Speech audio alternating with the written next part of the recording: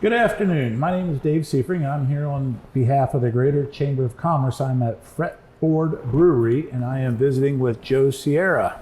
Joe, how you doing today? I'm doing marvelous. Thanks for having me. Thank you. Thanks for having us out today. Absolutely. Joe, so why don't you go ahead and tell us a little bit about your background and kind of how you got to where you are today. Absolutely. So my background's I'm a musician. I'm a drummer. I play guitar as well. I'm still drumming in a local band by the name of Discount Llama. We play at some of our locations around the city, and you know, Fretboard's all about beer and music and the experience you get with those two together. And so I've been playing music since I was 8 years old, and grew up through music and my bands, and we fell in love with beer. And so that's pretty much what got me here. You know, I had a brief little stint in the corporate world in information technology, but ended up doing the two things that I love the most. So. Sounds great. Nothing wrong with some cold beverages and some good food and some great music. Right, absolutely. Would you care to expand a little bit more how you ended up going the brewery route? Yeah, absolutely. So as I mentioned, through music, I can remember my band, we lived in the same house. We fell in love with probably the same beer everybody fell in love with when they ventured outside of the big domestic, light beers, fell in love with Sierra Nevada. And we loved their beers. We was always talking about the nice hoppy aromas and flavors we got, and started home brewing 25 years ago. My business partner, Jim Klosterman, also plays in our band, and we just started learning it, and then we went our ways into information technology and kind of built a little career on that, but decided it wasn't rewarding. So we came back to beer and started building a business plan and getting serious about it. How were we going to get out of the corporate world and do something we were passionate about?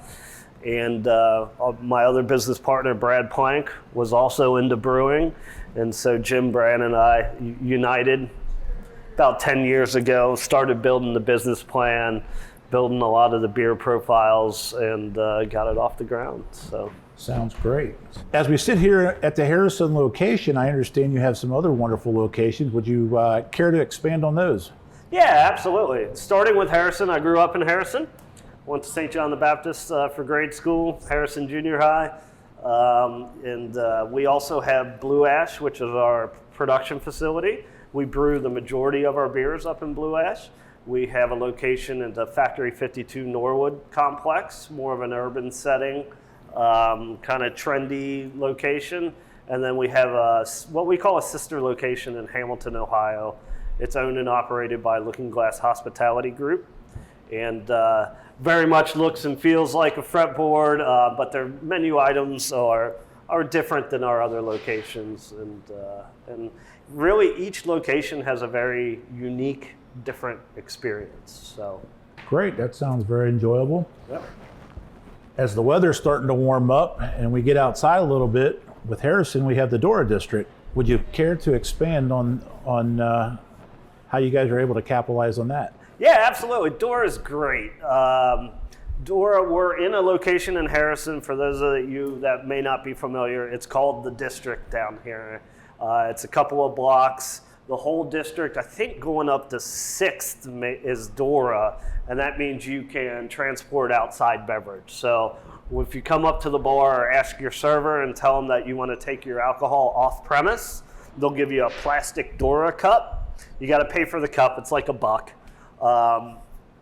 And they'll pour your beverage in that, and you can leave the premises and walk up and down the street, patron the other bars, the other locations, and walk around. So you can't take, and sometimes people don't know this, you can't buy a beer at my place and take it into another alcoholic establishment. So you can't walk into Market Street with a beer. Right. You have to finish it at the sidewalk. Then you can go in there and get a Dora from them and then proceed to walk around. You're just not allowed to cross alcohol permits in that manner. So. Okay, sounds great, interesting. So you mentioned the word beer. I understand you have some awards that you've won recently. Would you care to tell the audience more about those awards? Yeah, absolutely. So what I would call our flagship is our Vlad Pilsner. It's a very traditional German-style Pils.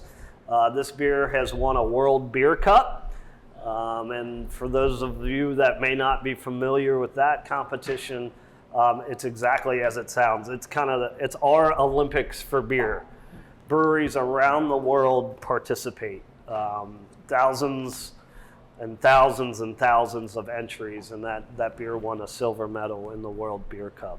Oh, good. So Vlad, our Pilsner, is a great drinking beer. We also have a Mexican lager by the name of Peso, and that won a bronze medal in the largest beer competition in Mexico as well.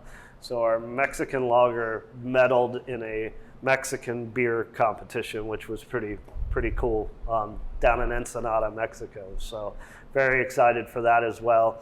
And then we have traditional, kind of our main portfolio. We've got a light product, very similar to a domestic light, Fretboard Light.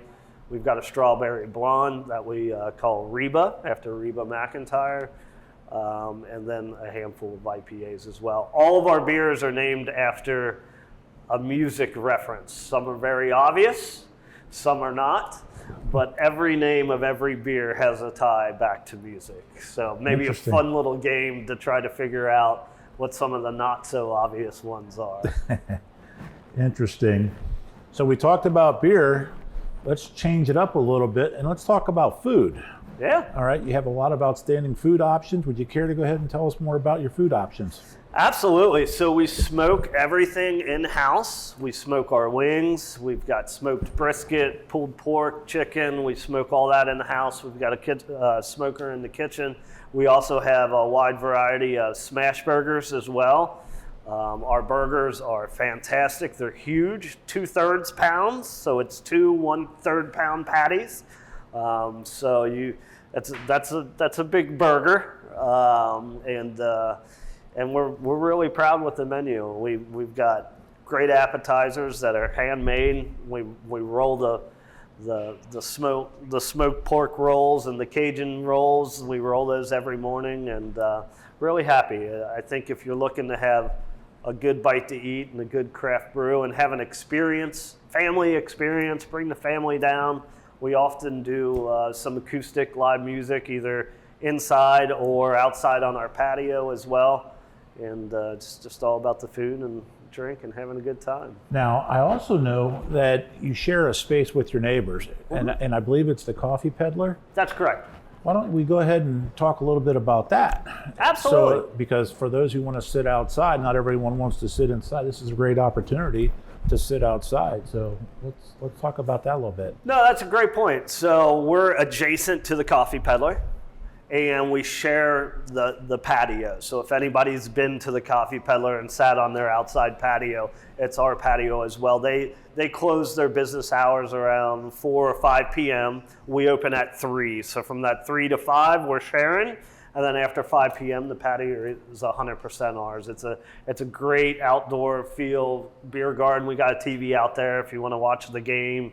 And then on weekends, if we have a full band, we're putting them out on the patio as well. And so it's a gorgeous place. It's an old national bank that was built in the early 1900s, late 1800s. We've got a vault, but it is very small. We have 99 seats and like 14 tables. So we go from being empty to being on an hour-and-a-half wait in like 20 minutes, right? So come down, certainly as you would expect, Monday through Wednesday is a lot lighter than Thursday through Sunday. But if you tried to get to us and we were so busy because of opening that it was too long, come back down and check us out.